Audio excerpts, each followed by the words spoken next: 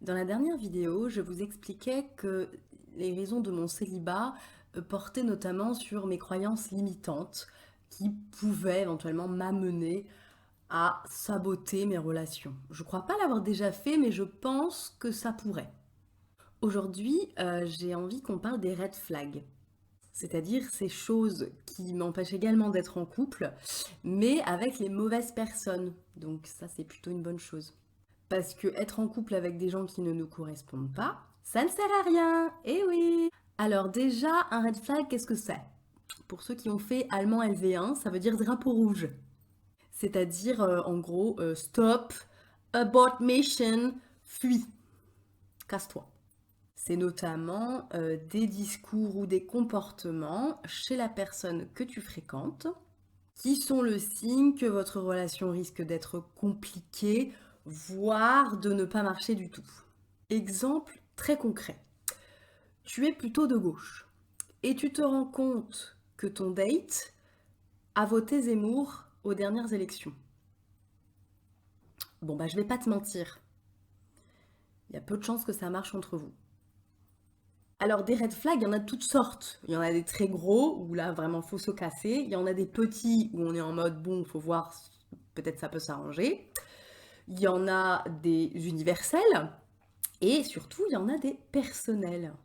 Et comme je le disais dans l'épisode 8, une rupture, c'est toujours l'occasion d'apprendre des choses sur soi et de pourquoi pas mettre à jour sa liste de red flags personnels, histoire de ne pas refaire les mêmes erreurs. Alors, je vous donne des exemples de red flags plutôt universels qui normalement nous concernent toutes et tous. Par exemple, la personne n'est pas respectueuse envers toi ou envers les autres. Bon, bah ça dégage. La personne est floue sur ce qu'elle veut alors que toi, t'as très envie de t'engager avec elle. Bon, bah c'est pas de sa faute si elle est floue. Peut-être qu'elle est un peu perdue dans sa vie en ce moment, elle a le droit.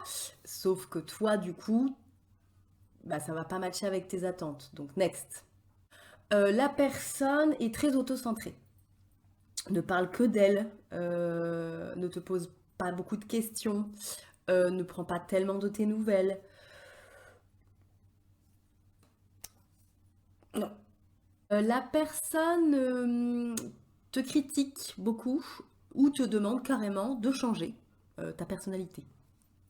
On fuit, on s'en va. La personne te fait ce qu'on appelle du love bombing, c'est-à-dire que par exemple, au bout de 2 jours, tu es la femme de sa vie et au bout de 2 semaines, il veut se marier avec toi. Alors, ça, tu fuis, quoi qu'il arrive. Parce que soit c'est le signe d'une personne qui est très immature émotionnellement, et donc qui potentiellement va développer une petite dépendance affective à toi, ou alors c'est quelqu'un qui utilise la manipulation. Donc là, c'est encore pire, on se casse. Un autre red flag plutôt universel, je pense, c'est si la personne que tu fréquentes, tu réalises qu'elle a de très gros soucis personnels en ce moment. Je sais pas moi, par exemple, des gros problèmes d'addiction ou est en dépression sévère. Alors, c'est pas de leur faute aux gens qui sont en dépression et qui ont des addictions, c'est pas ce que je suis en train de dire, juste maybe c'est pas la période idéale pour eux pour se mettre en couple. Et c'est peut-être pas une super idée pour toi de te mettre en couple avec ces personnes parce que elles vont pas pouvoir se focaliser vraiment sur cette relation, quoi. Donc au pire, on attend, hein. On verra ça plus tard quand les gens seront guéris. Un autre exemple de red flag universel, la personne est actuellement en relation, déjà, mais commence à relationner avec toi et te dit qu'elle va quitter son autre relation pour toi. Non, non, bah non, non, non, non, tu te casses.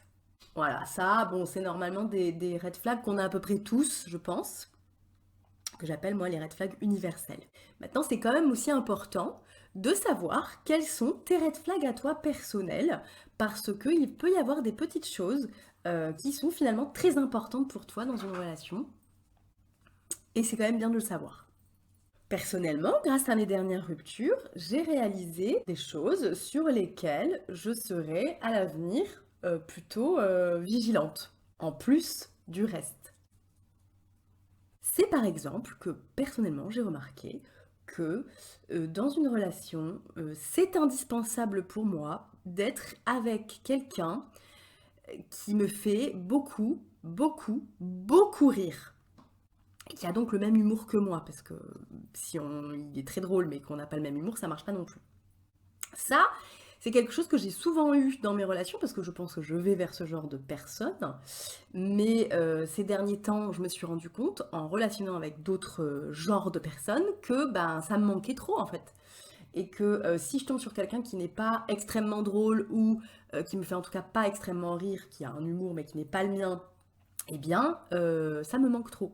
Donc ça, par exemple, c'est un red flag pour moi, quelqu'un qui ne va pas me faire extrêmement rire. C'est un red flag très personnel. Un autre truc que j'ai pu remarquer, c'est que les personnes qui ont besoin d'être très tactiles, qui ont, vous savez, ce besoin de l'amour là, dans le toucher, moi, ça va être problématique. Moi, j'aime pas du tout qu'on me touche. Même les gens que j'aime fort. Je veux dire, même mon enfant, je lui fais très peu de câlins. On se fait très peu de câlins. C'est comme ça. C'est pas que j'ai pas envie, hein, c'est juste que moi, pour moi, le toucher, c'est quelque chose qui, voilà, est très difficile. Donc, ça m'arrive de faire des câlins à mes amis, à ma famille, mais c'est pas un bon moment pour moi. Vraiment, je suis un peu en mode, tu sais, à taper dans le dos et à faire, lâche-moi. En fait, vraiment, c'est quelque chose que je supporte pas. Donc un partenaire qui va avoir énormément besoin de câlins, de me serrer tout le temps, de me toucher tout le temps, de me tenir la main tout le temps, ça m'oppresse. Alors ça, c'est un red flag qui peut se discuter, parce que je pense que tu dis à ton partenaire, voilà, que ce besoin-là, bon, il peut le respecter. Après, si lui ou elle, c'est quelque chose d'indispensable aussi pour sa relation, bah, ça peut pas marcher non plus. Et c'est comme ça, c'est pas grave. Un autre red flag qui est très important pour moi, c'est si le mec, en l'occurrence si c'est un mec, que je rencontre, ne parle plus à aucune de ses ex. Alors, je sais que c'est un peu clivant comme sujet, mais il faut savoir que moi, j'estime que si une personne ne parle plus à aucun de ses ex, moi j'ai 42 ans, hein, donc aucun de ses ex, ça peut être beaucoup de personnes quand même. Euh, Bon, bah pour moi, c'est ouais, un signe d'immaturité émotionnelle, encore une fois. Ou alors, signe que la personne, notamment l'homme en question, ne considère ses ex que comme des partenaires sexuels et que voilà, ouais, des personnes avec qui il peut faire l'amour ou être en relation, et pas des personnes à part entière. Vous voyez ce que je veux dire?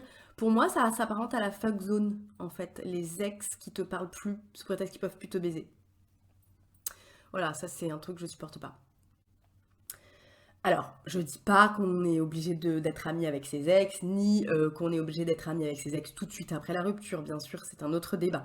Mais être fâché vraiment avec tous ses ex, non, je comprends pas. Et il y a de grandes chances que la personne, si elle est comme ça, elle ne comprendra pas que moi, je puisse être amie avec mes ex, ce qui est le cas pour la majorité de mes ex. Donc ça va être un problème. À ce sujet, je vous recommande fortement l'épisode Faut-il parler de ses ex à son mec ou à sa meuf du podcast BFF de Mimi Hegel et Marie Kigai, qui m'a fait énormément de bien parce que justement elle prône le fait que c'est beaucoup plus sain de pouvoir parler de ses ex à son partenaire. Alors bien sûr avec certaines limites, mais que voilà, pas pouvoir en parler, c'est juste pas normal en fait. Autre truc que je vais voir comme un red flag et qui va pouvoir être un green flag pour d'autres personnes, comme quoi on est tous très différents, si la personne veut des enfants. Moi j'en veux plus, j'en ai déjà une, elle est super, je l'ai super bien réussi, je sais pas comment j'ai fait, je prends pas le risque d'en refaire un autre qui soit relou en fait, hein. Donc non, j'ai 42 ans, j'ai pas du tout envie de, non, de rechanger des couches et de pas faire les nuits. Non, non, non, non, non, non, non. Pareil, quelqu'un qui a pour idéal relationnel de cohabiter avec sa partenaire. Bon, moi je suis pas partie pour. C'est pas forcément un red flag extrême. Je dis pas que je peux pas changer d'avis, mais franchement, je suis pas chaude. Moi, j'ai appris en ayant mon premier appartement à la trentaine, à vivre seule tardivement, que c'est super, hein, vraiment, faites-le. Avoir son appartement à soi, plus que sa chambre à soi, franchement, c'est top. Voilà, donc ce genre de petits détails finalement, mais qui n'en sont pas parce que bah, c'est important pour la relation future. Donc n'hésitez pas à réfléchir vous-même à vos red flags personnels. Merci de me les partager, je me sentirai moins seule encore une fois. Et puis en attendant, je vous fais des bisous et je vous dis à la prochaine.